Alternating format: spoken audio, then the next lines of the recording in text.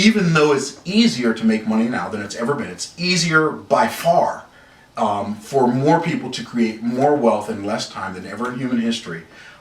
For most people, it feels really, really hard, and it feels even way harder than it is. Welcome to Moga Class channel. Hi everyone.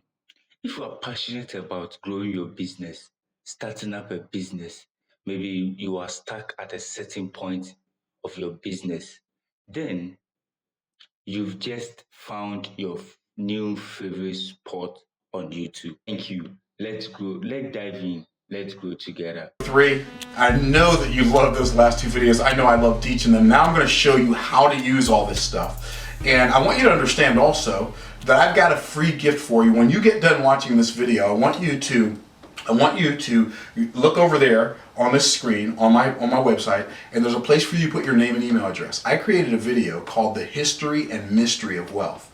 And one of the things that I believe is that it's easier to make money now than it's ever been in all of human history. And even though it's easier to make money now than it's ever been, it's easier by far for more people to create more wealth in less time than ever in human history. For most people, it feels really, really hard, and it feels even way harder than it is. And the reason it feels harder is because of a concept that I call the history and mystery of wealth. And I teach on that video that you cannot solve the mystery of wealth until you understand the history of wealth. And so what I do in that video is I take you through all of the economic eras from the beginning of time all the way up through 2014 or through 2008 at that particular time, which was the last transition into a new economic era, was in 2008. And so after you get done with this video, put your name and email address in the form over there and get the free video on the history and mystery of wealth. Unless, of course, you've already got all the financial stuff figured out. If you want to figure out some more of how the financial stuff works, the video is free. Put your name and email address in there, and I'll send you emails from time to time with updates when I'm doing live events, as well as teleseminars, webinars, etc. So here's part 3 of this video, 3-part video series on the greatest power that human beings have, and it's the power of expectation. So just in quick review, we talked about the fact that expectation is human beings' greatest power. We talked about the fact that these expectations present themselves in 2 different forms. Outcomes I don't desire, which we called unfavorable outcomes, or outcomes that we do desire, which we called desirable outcomes, or undesirable outcomes and desirable outcomes. And then we talked a little bit about how, The Secret started teaching people that there is a concept called the law of attraction, and I believe that it just left so much out that for so many people, the law of attraction is still a secret, or the secret is still a secret. And I believe that even in this simple 3-part video, you're going to have a better understanding of how you can use it and why it works than even you did with that long production. Even though there were some good things in The Secret, I'm not saying it was a bad video. It was good in the fact that it made you aware that there is a law of attraction. But this is how it actually works. For every action there, and we talked about the fact that the law of attraction is the law of action, because when we have the joyful anticipation of an outcome we desire, it gives us the ability to take action. So anticipation is an emotion that is created by the expectation of a favorable outcome. Anxiety is the emotion that's produced by the expectation of an unfavorable future outcome. And that anxiety stops us from taking action, which stops us from doing, being, and having all the things we want to do, be, and have in our lives. So I know you got that. So here's what you have to do to take your life to the next level. If you want your relationships to get better, or you just want to go out and get some better relationships, if you want your business to do better, or you just want to have a better business, if you want to have better finances, more money, a better job, you want to become better in sports, you want to lose weight and create that body you desire, it doesn't matter. It all works based on the same principle. So whatever result you're looking for in your life, this is where you are going to find it. So here it is. How do I make this work? What I've got to do is I've got to, first of all, take inventory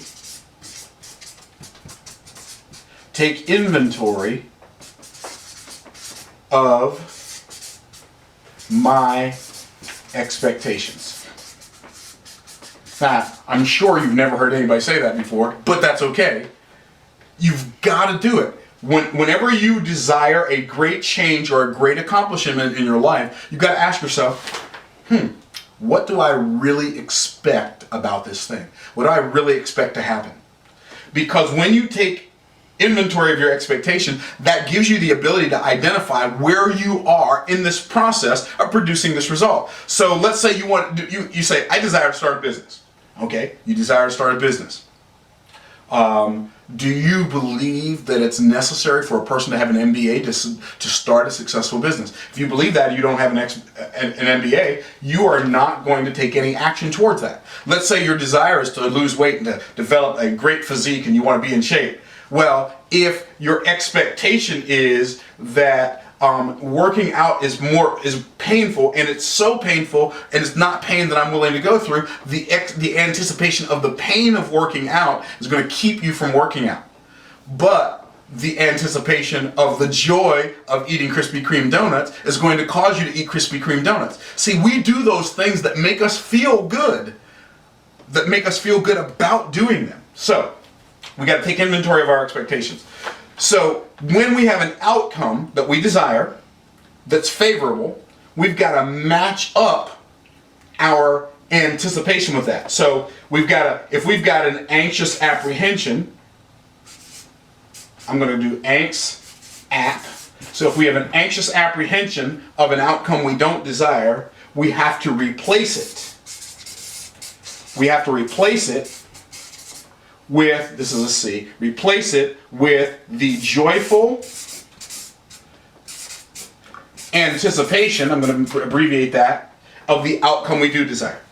Now, that sounds good. I'm going to tell you something. This is the secret to accomplishment in life. This is the secret to accomplishment in all of life. And I know that sounds really so simplistic. It's simplistic, but it's like the truth that's been hidden in plain sight. I've got to replace the anxious apprehension of the outcome I don't desire with the joyful anticipation of the outcome I do desire. What does that mean? That means when I woke up this morning at 5:30, I decided I'm either going to go back to sleep for another hour because my alarm clock was set for 6:30. I'm either going to go back to sleep for another hour or I'm going to get up. Which one did I do? Well, I thought, I've got a lot to do this morning. If I get up now, I got an extra hour to my day. And I created some joyful anticipation around this whole idea. Man, if I get up, I got an extra hour to my day. Which means my day is going to be an hour more productive. My work day will end probably an hour earlier. I'm going to get a whole hour's more worth of stuff done earlier. I'm going to have a better day because I'm going to feel like I've accomplished more. So I created this joyful anticipation around the idea of getting up at 5:30 when I could have easily gone back to bed and slept until 6:30. And some of you watching this right now, 6:30 may be early to you, 7:30, but I'm just telling you, I created joyful anticipation around the idea of getting up. But I could have said, well, it's kind of chilly in the house and then it's going to take me a while to warm up. And I could have created anxious apprehension around the idea of getting up. Or let's take it to the next thing that I did. One of the next things I did. I said, I got to work out. Okay. I've got time to work out. I've only got right now for this, I'll work out later today, but I only have time right now to work out for about 35 minutes. What can I do in 35 minutes? Okay, I can do my Roman chair and I can do my exercise bike. I can ride for 3.5 miles. So I said, okay, I can get half of my miles done in on my bike and I can get Roman chair, I can do some ab work. That'll give me enough time to do that. So when I usually think about exercise, if I don't really jump on this joyful anticipation thing, my anxious apprehension about exercise is not fun. Oh, but I'm already sore because I played too much golf, or I'm already sore and I don't really feel like working out, and I hate the first mile. The first mile on my bike, it's such a drudge. And I could have built all this anxious apprehension. Oh, I haven't done abs. It's New Year's. I haven't done abs in weeks. It's been weeks because we were on vacation. And I haven't done any ab work. I haven't done any exercise. I could have built all this anxious apprehension around working out. But instead, what did I do? I said, you know what? I'm going to go ahead and get this bike done so the next time I go out and play golf, I'm not going to get tired. And so when I'm working on a project, I'm not going to be tired. And I also said, well, I've already changed my eating habits to some degree. So I created some joyful anticipation around the idea right now. Okay, when I came back from the Christmas holiday 3 days ago, I had gained 6 pounds over the Christmas holidays. And I said, well, it's just 6 pounds, right? But it's just 6 pounds until I put on another 6 pounds. Then it's 12, right? So I said, this is not going to happen for me. So I created joyful anticipation, a positive expectation around doing the right thing. I said, I'll just lay off of carbs for a month. I won't do any carbs. I only eat gluten-free bread, but I'm not even going to eat gluten-free bread. The only carbs that I'm going to eat are in fruits and vegetables. If it's not in a fruit or a vegetable, then it's a carb that I'm not getting. So what I did, I said, okay, the very first day, I am not eating any carbs. Now, for me, I love bread. Just like when I think about bread, see, I'm getting joyful anticipation. But now, when I think about bread, I think about the stuff that it puts on here. I'm not going to do bread. So the first day of no bread and just a mild, not even any major workout, just played some golf, and I ate only salad and protein. So I didn't eat any carbs at all. I lost 4.9 pounds. First day. So I only got one to go, right? Now, today's day 2. Yesterday I was really, really busy. I ate some hands full of nuts and raisins because that's my snack thing that I do. And then I came home last night. I ate salad with some fish in it, some Asian dressing. It was really, really good. And that was it. Here's my point. I built joyful anticipation around the idea that I've got this future outcome. Now this morning I woke up, I was another 2 pounds lighter. So now I'm ahead of where I was when I noticed I blew it over the holidays, right? And I didn't go crazy, but 6 pounds for me was more than I wanted to grow.